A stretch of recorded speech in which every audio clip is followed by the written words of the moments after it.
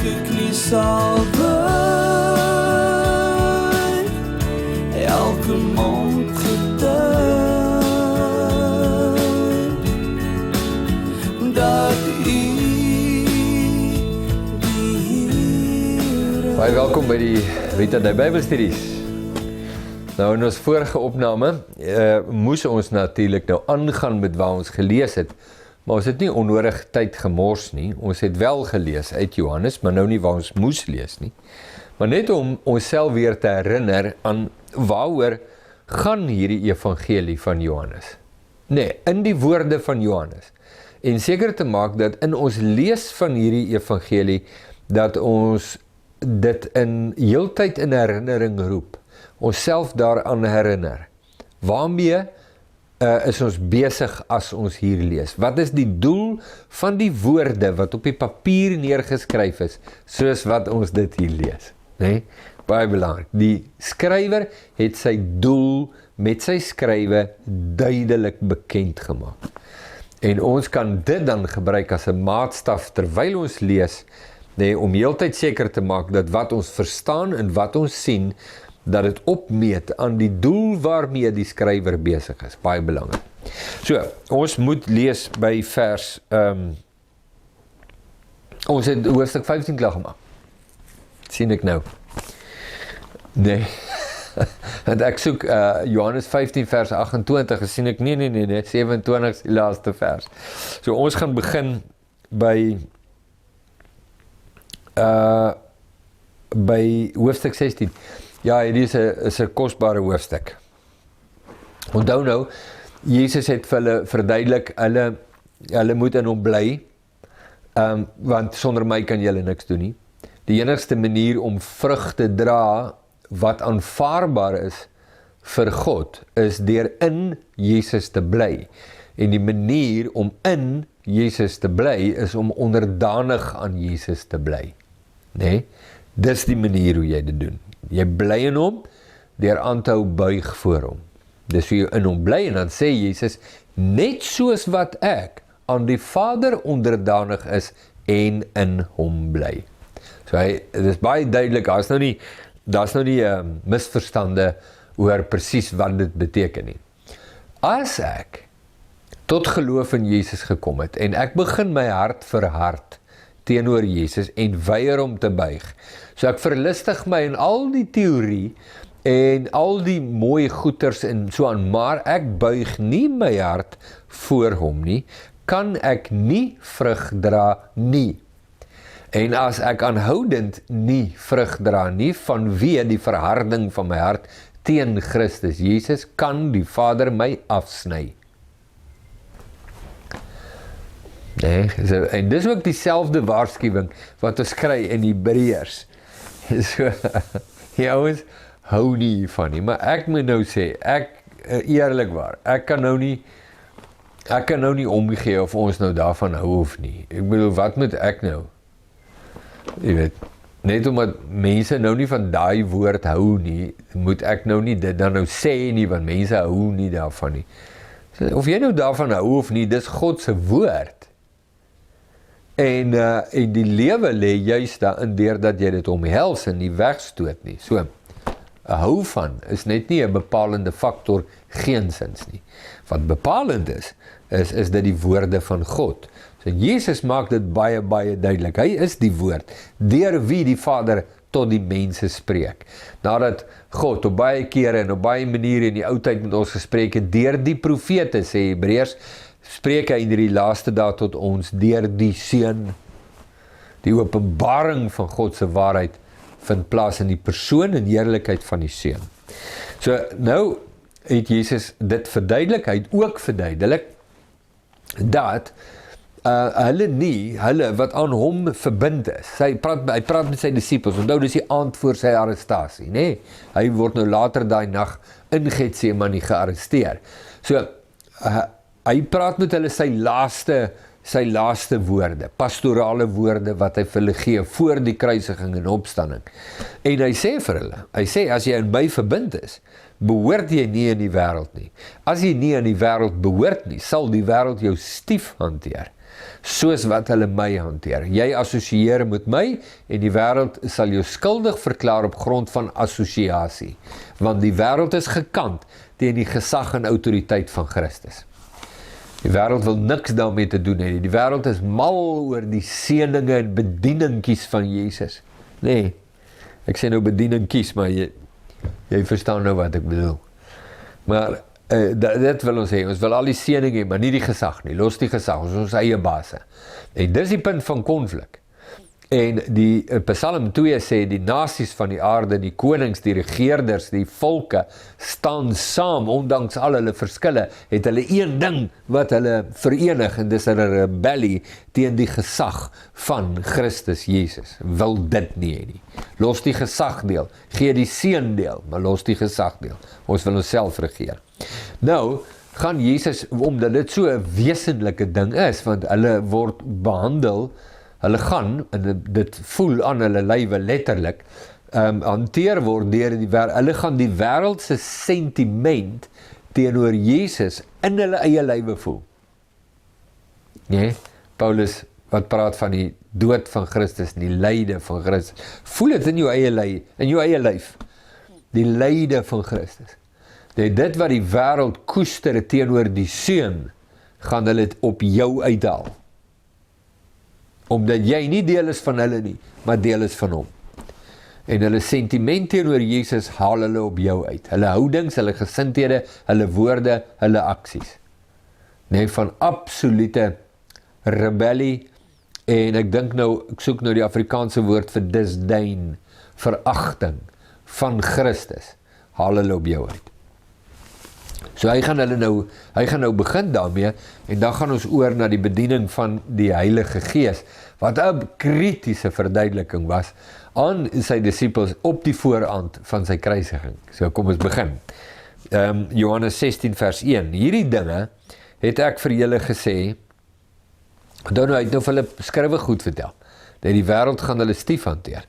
Hy sê, hierdie dinge het ek vir julle gesê, sodat julle nie mag struikel nie, dat dit julle tot 'n val sal bring nie. Wat is die punt van struikeling? Die punt van struikeling is die persoon van Christus Jesus. Dit is die punt van struikeling.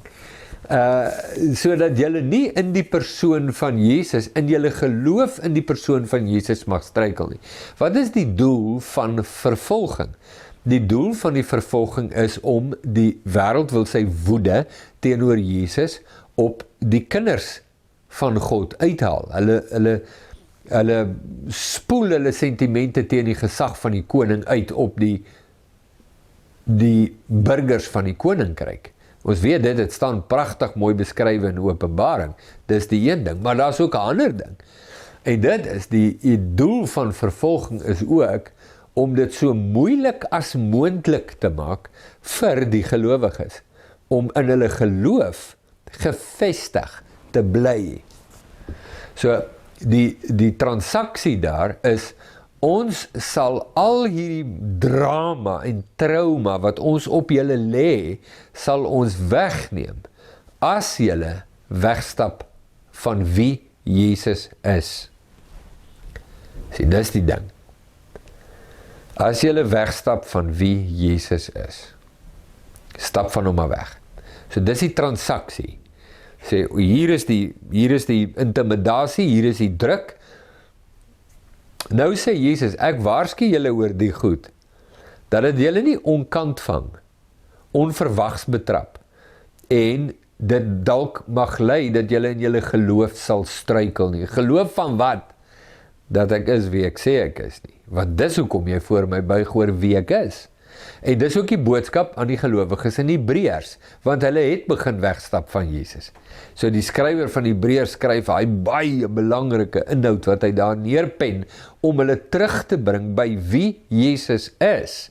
Dit gaan nie oor geloof dat ek gered is nie.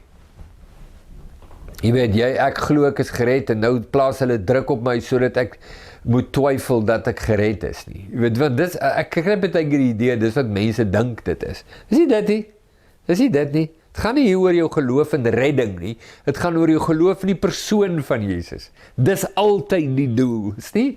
Jou geloof in, is jy nou wedergebore en gaan jy hemel toe as jy eendag dood gaan nie? Nee, is nie waaroor het gaan nie.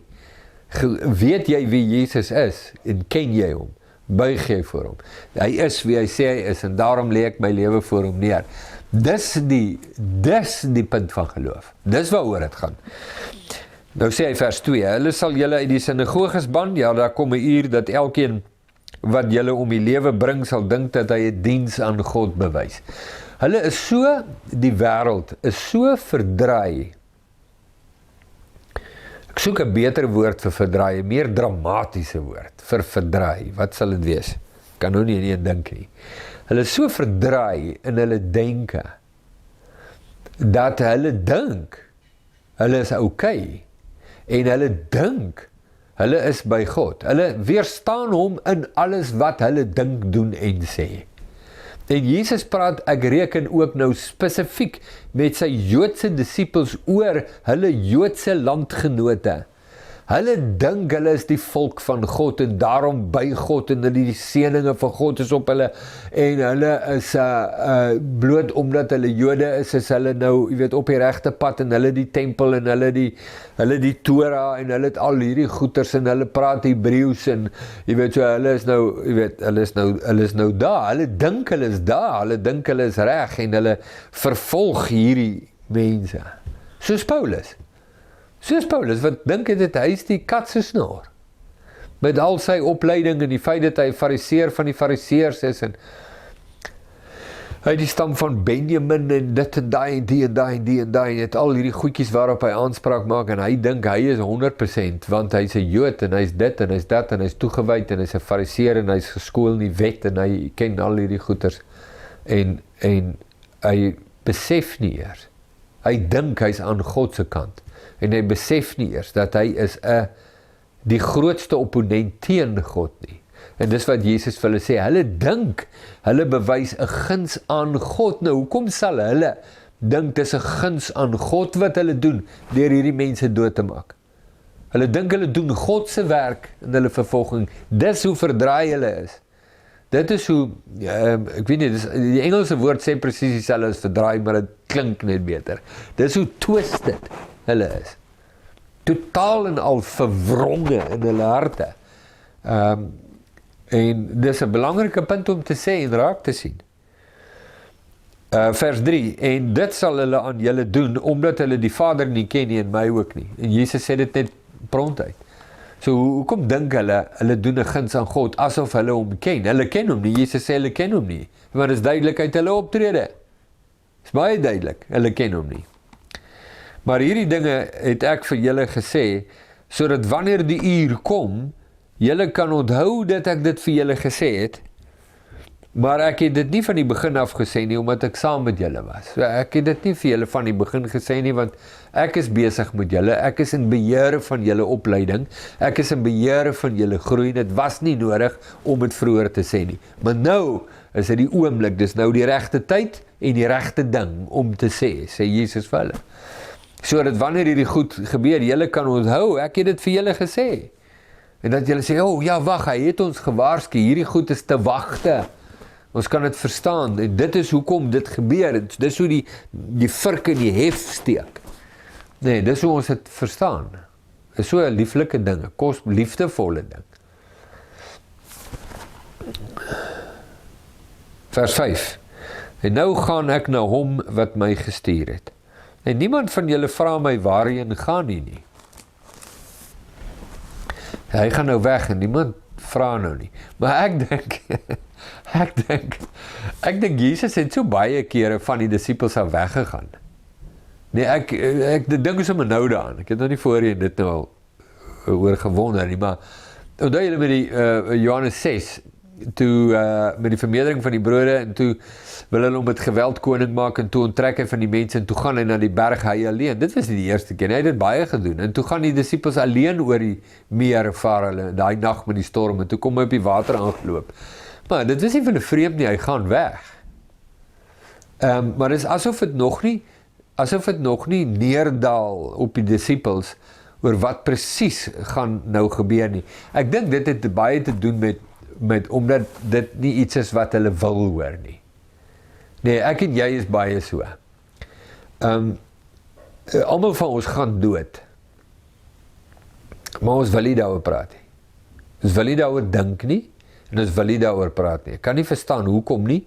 Dit is die mees normale, natuurlike ding om oor te praat, maar vir een of ander rede is dit net iets, dit is vir ons so 'n vyandige gedagte, dat ons wil nie daaroor praat nie, en ons dink volstruis taktiek gaan, kop in die sand, gaan dit beter maak. Dalk het iets van dit, miskien, ek weet nie, maar ek kan my indink, dalk het iets van dit 'n rol gespeel op die disippels. Hulle wil nie, Jesus sê vir hulle, hy gaan doodgaan. Hulle gaan hom doodmaak. Hy word oorgelewer in die hande van die slegte mense. Slegte mense is die godsdienstiges van die dag. Is die slegte mense. Wow! Nee, wat 'n kontras. Maar hulle wil nie dit hoor nie, so hulle hoor dit nie. Hy sê, ek gaan na my Vader toe, julle vra nie, waarheen gaan ek nie? Nee, want hy gaan na die Vader deur die kruis. Iets van dit, nee?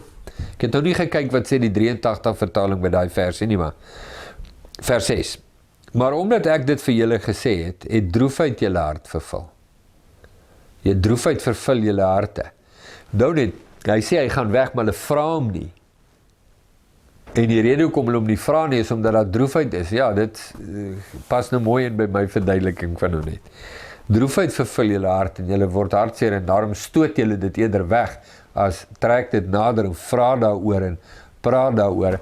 Skus, ek wil net laaste ding sê, dit het nou niks met Johannes te doen nie, maar dan kry iemand word gediagnoseer met terminale kanker. En nou ja, dit is heeltemal natuurlik, dat 'n mens sê, maar kom ons vertrou die Here, kom ons vra die Here, om jou te genees. Nee, wat jy kan doen. Maar op 'n stadium raak dit mos nou duidelik, dat die Here, of hy genees die persoon, of hy gaan nie. Wat vir my dan die natuurlike ding is om te hoor, Jesus sê, nee, ek gaan nie, dis hierdie persoon se tyd, om huis toe te kom. En dan, dit te aanvaar, en dan die pad, met groot nugterheid, en wysheid, en liefde, en sagmoedigheid, te wandel. Maar dis nie wat jy kry nie, dis nie die algemene ding nie. Dan kom dit in 'n persoon se lewe, hy is terminaal siek weens een of ander iets of so, en dis die totale weiering om dit te aanvaar, wat maak dat ons eintlik 'n verskriklike kosbare oomblik misloop. En dis die oomblik om in hierdie laaste hoofstuk, laaste paragraaf van die laaste hoofstuk in hierdie persoon se lewe, net rustig met hom te wandel, te sê, dis 'n baie natuurlike, normale ding om te sterwe. Veral as jy in Jesus is, as jy nie in Jesus is nie, is dit die verskrikking van jou lewe, maar in Jesus. So wees nou rustig, wees rustig. Ek onthou een dag, ons het net uit die Oekraïne gekom, en ons kom in Vredendal aan, en baie klein gemeentetjie, ons was 11 lidmate, 11, 10 plus 1, en toe word een van die ouderlinge se vrou, sy vrou word gediagnoseer met baie aggressiewe terminale kanker, en ons het eers gedoen, ons het gebid vir genesing en so, maar hier op 'n stadium, toe sê ons nee, die agteruit gaan net nou aanhou, en ek gaan na haar toe, ek besoek haar, en ek sê vir haar, ek gaan nou haar naam verander, ek gaan haar nou 'n ander naam gee, kom ons sê, Maria, nee, gee haar sommer 'n ander naam, ek sê Maria, natuurlik het ons vrymoedigheid om Jesus te vra, om jou te genees, en dis vir hom niks om jou te genees nie. Dis vir hom meer moeite om sy oë te knip, as om jou te genees.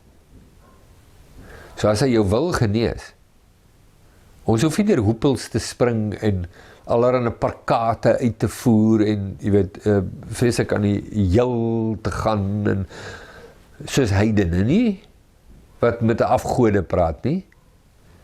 Ons staan voor die God van hemel en aarde, van lewe en dood, die een met die sleutels van die doderyk en van die dood in sy hande, die Alfa en die Omega. Hy kan ook kies om jou nie te genees nie. Dis nie vreemd nie, dis nie snaaks nie. Dan stap ons hierdie pad, saam met Jesus, end uit, tot die oomblik wat jy hom ontmoet van aangesig tot aangesig. Is jy bereid om dit te doen? En ten daai tyd is sy al so moeg en haar liggaam so afgebreek en mat. En sy sê, ek het groot vrede daaroor, ek is reg om te gaan. Ek sê, kom ons stap, nou net rustig die pad. Maria, Jesus is hier. Hy is hier. Hy is nie uit beheer uit nie. Hy is nie geïntimideer in die aangesig van die dood nie. Hy is in beheer daarvan. So kom ons stap net hierdie pad. Net rustig. Ons versorg haar so goed as wat ons kan. As ons vir haar, as sy pyn het en ons kan haar iets gee vir die pyn, dan doen ons dit. En ons hou haar gemaklik, kry haar familie by mekaar. En ek onthou, ek vra vir haar, sy is nou op haar einde, en ek vra, is jy reg om te gaan? Want dis nou daai tyd. Nee, dis nou daai tyd. En sy stap hierdie pad eerlik en oop, man moenie nou kom met allerhande, jy weet, goed, jy doen niemand 'n guns nie, jy doen nie jouself 'n guns nie, jy doen ook nie die persoon wat besig is om te sterf 'n guns nie. Nee, wees net normaal, my goodness. wees net normaal. En stap net die pad met groot liefde en omsigtigheid. En sy sê vir my, nee, sy's nog nie reg nie, want haar dogter is nog hier nie. Sy wag net, hulle is op pad, ons het hulle laat kom. Sy's nog, ek sê, Maria, dan rus ons net rustig, wees net rustig, Jesus is hier, hy is totaal in beheer. Jy gaan hom binnekort ontmoet, jy gaan hom sien, van aangesig tot aangesig, jy gaan voor hom staan, 'n voorreg wat ons nog nie het nie. So, wees net rustig, weet sy, ja, sy het groot vrede, sê sy, nou staan ek al by haar, hier kom die dogter met 'n man, en so aan. Hulle gesels, praat, groet, dis 'n groot oomblik, en sy lig haar hand so op, sy lig haar hand so op, sy roep my so met haar hand so.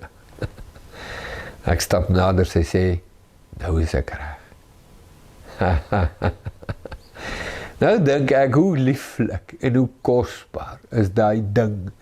Maar dis wanneer ons uit vrees opereer, nie geloof nie, nie geloof in Christus Jesus nie, maar uit vrees, wat ons al hierdie simpel goed doen, wat ons dikwels doen. Net totaal sinneloos, onvolwasse en simpel. En beroof raak van een van die kosbaarste geleenthede om met iemand in groot rus en vrede te stap, tot in die hande van Christus Jesus die Here. Nee, dis 'n baie belangrike les hierdie. Ek sien baie hoe vrees verskans as geloof rondgaan onder gelowiges. Het lyk of hulle vreeslik glo, maar is nie, dit is eintlik net vrees. Vrees in die verlies van 'n maat, of vrees in die verlies van iets. En dan kamoufleer ons daai vrees dat dit soos geloof lyk. Nee. Nog steeds nie by Jesus uitgekom nie. Verstaan nog steeds nie dat hy in beheer is nie. Verstaan nog steeds nie dat hy hier is. En hierdie situasie volledig onder hande het nie. Maak nie saak in watter rigting dit loop, of dit nou na genesing toe loop, of na die dood toe loop nie. Hy is volledig in beheer. En ek sien daar nie, ek is nie daar nie. En jy kan dit sien, in die manier hoe ek optree. Jesus vir my, en vir hulle. Julle vra nie vir my, waar gaan ek nie, want dat droefheid julle hart vervul, julle is hartseer en so aan, en nou staar julle nie die waarheid in die gesig nie. Het kon 'n lieflike tyd wees, maar julle weerhou dit, hy doen dit vir hulle. Nee? Sjoe, is eintlik so kosbaar. Kom ek lees nog 'n vers aan. Maar ek sê julle die waarheid, dis vir julle voordelig dat ek weggaan. Want as ek nie weggaan nie, sal die trooster nie na julle kom nie, maar as ek weggaan, sal ek hom na julle stuur. Ek is nou by julle. Julle het nou die voorreg om my by julle te hê, fisies hier by julle.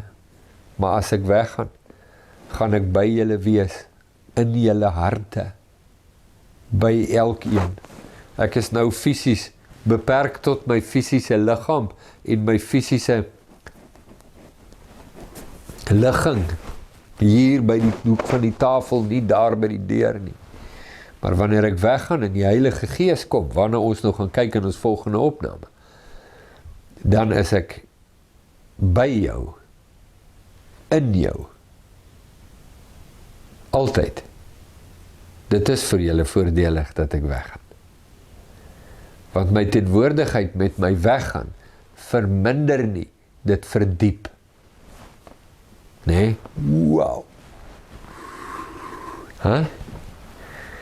My teenwoordigheid verminder nie, dit verdiep. Dit vermeerder. Tjoe.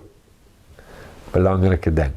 Volgende keer, dan vertel ons hom op, waar hy oor die Heilige Gees gaan begin praat in vers 8. Elke knie sal buig.